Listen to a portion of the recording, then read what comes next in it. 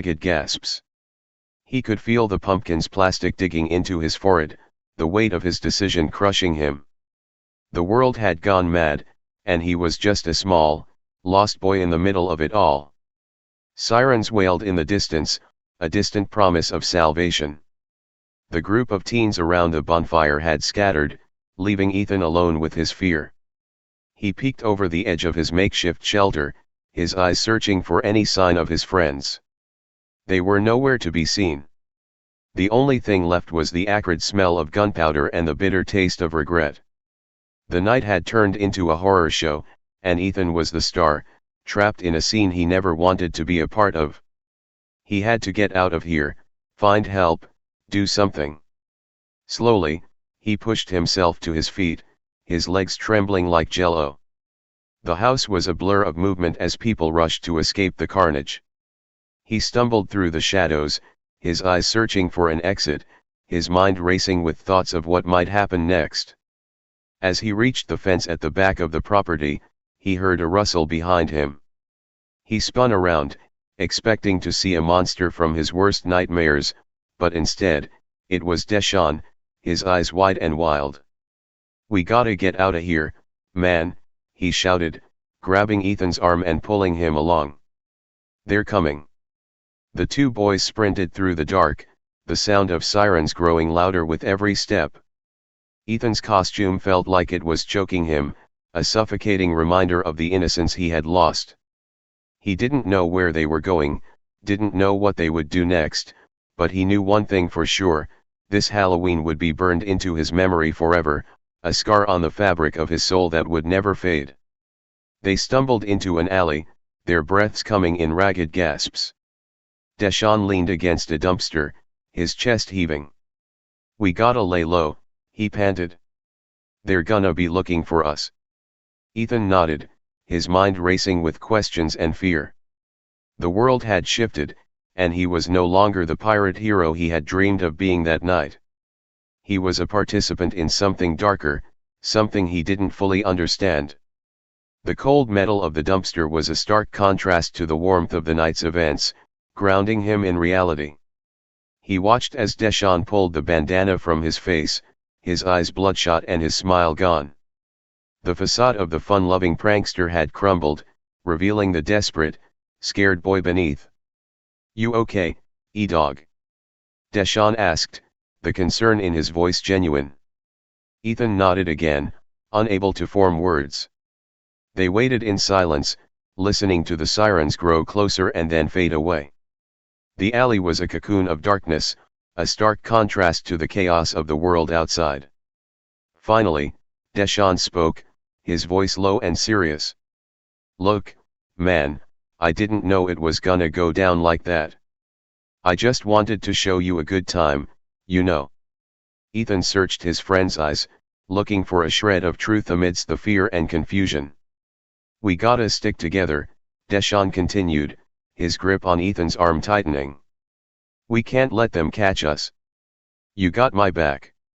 Ethan nodded again, the gravity of the situation weighing on him like an anchor. He didn't know if he had the strength to go on, but he knew he had no choice. They were in this together, bound by the horror they had unleashed.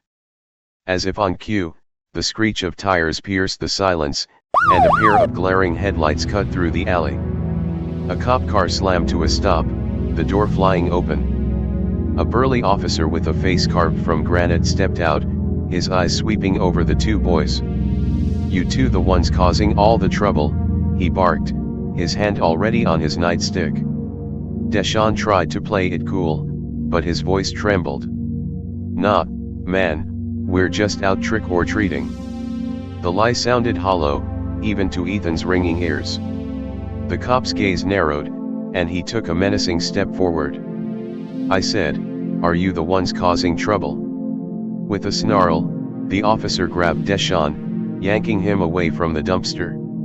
"You little nigger, you think you're tough with that gun," he spat, the racial slur hitting Ethan like a slap to the face. Deshaun's eyes widened, and he tried to protest, but the cop didn't give him a chance. He slammed Deshaun against the car, the metal denting with the force of the impact. Ethan's world spun as he watched his friend crumple under the officer's fists. He wanted to scream, to run, but his legs were rooted to the spot. The cop's partner emerged from the car, a sneer twisting his lips. "You got a problem, kid?" he asked, cracking his knuckles. Ethan felt the cold barrel of a gun press into his back, and the world tilted on its axis. The beating was swift and brutal, the night air filled with the sickening sounds of flesh on flesh and Deshawn's muffled cries. Ethan's pirate costume was torn to shreds, the plastic sword a pathetic defense against the officer's rage. He could feel his own fear building, threatening to overwhelm him. This wasn't the night he had signed up for, the adventure he had hoped to find in the arms of the older kids. This was a nightmare, and he was living it. As the cop's fury grew, Ethan felt his own anger rising. He had to do something, had to stop this. He clenched his fists, the candy in his pumpkin forgotten. He took a step forward, his voice shaking but determined. "Stop it," he yelled. "You're hurting him." The blow came out of nowhere, knocking the wind out of him. He crumpled to the ground, stars dancing before his eyes. The world went dark for a moment, and when he came to, he was lying on the cold pavement, his face wet with blood and tears. Deshawn was gone, the alley silent except for the distant wail of sirens. Ethan pushed himself to his feet, his body aching and his spirit broken. He stumbled out of the alley, the taste of fear thick in his mouth. The night had become a twisted reflection of his own soul, a landscape of shadows and pain. He had to get home, had to tell someone what had happened. But as he staggered through the streets of Willow Creek, he knew that nothing would ever be the same again. The lights from the cop car faded into the night, leaving Ethan alone in the aftermath of the horror. He had crossed a line that couldn't be uncrossed, and now he had to live with the consequences. The laughter and joy of Halloween had been replaced with the bitter taste of betrayal and fear.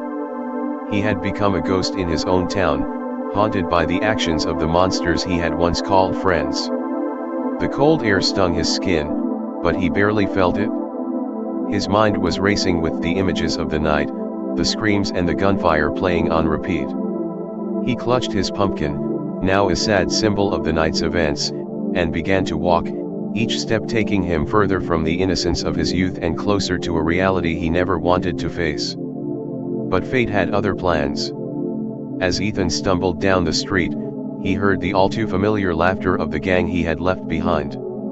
His heart sank, and his legs grew heavier with each step. They emerged from the shadows, their costumes now tattered and stained with the night's dark deeds. Scary Larry's teeth gleamed in the moonlight as he pointed the BB gun at Ethan. "You snitched, you little faggot pirate," he sneered, his voice a mix of anger and betrayal. The others closed in, their eyes burning with a rage that Ethan hadn't seen before. They had transformed from the cool older kids into a pack of rabid animals, hungry for vengeance. He tried to back away, but his legs wouldn't cooperate. They grabbed him, their grips like iron, and slammed him against a brick wall. "You think you're better than us?" Larry spat. "You think you can just tell on one of us and get away with it?" The words barely registered as they began to pummel him, their fists and feet raining down like a storm of fury. Ethan's body was a canvas for their anger, each blow painting a new shade of agony. He felt himself slipping away, the world going fuzzy around the edges. And then, in a moment of sickening clarity, they ripped his pants off, exposing him to the cold night air. "Look at his small ass dick," one of them jeered, and the others joined in the taunts, their voices a chorus of cruelty. The pain was unbearable, but the humiliation was worse. They had stripped him of everything: his dignity, his friendship, his trust. He was just a body, a punching bag for their rage. They laughed as they kicked and hit him, each blow driving home the reality that he was nothing to them. They had used him, and now they were discarding him like a piece of trash. Ethan's mind screamed for it to stop, for the nightmare to end, but his body was a traitor, refusing to respond. He was aware of the tears streaming down his face, mixing with the blood and sweat, but he couldn't bring himself to care. The world had gone dark, and he was lost in it, adrift in a sea of pain and despair. But amidst the chaos, he found a spark of defiance. He wouldn't let them win. He wouldn't let them take his humanity. With a roar that surprised even himself, Ethan surged forward, pushing through the pain. His hand closed around the BB gun, the cold metal a comforting weight in his grip. He swung it with all his might, the plastic smacking against Larry's skull with a satisfying thunk. The group paused, stunned, and Ethan took advantage of the momentary reprieve to scramble away, his legs shaky but moving. The gun felt like a lifeline, a tool of power in his trembling hand.